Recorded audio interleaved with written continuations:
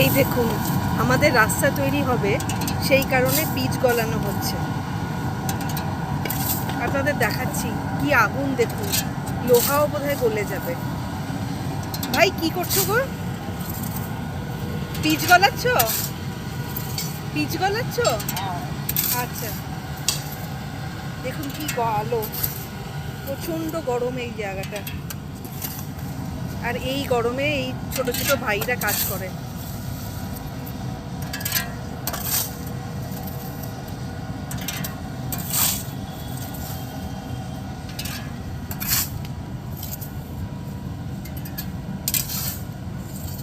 প্রচণ্ড গরম, আমার মনে হচ্ছে আমি কোনো স্টিল ফ্যাক্টরিতে দাঁড়িয়ে আছি বোধহয়, এতটাই গরম লাগছে।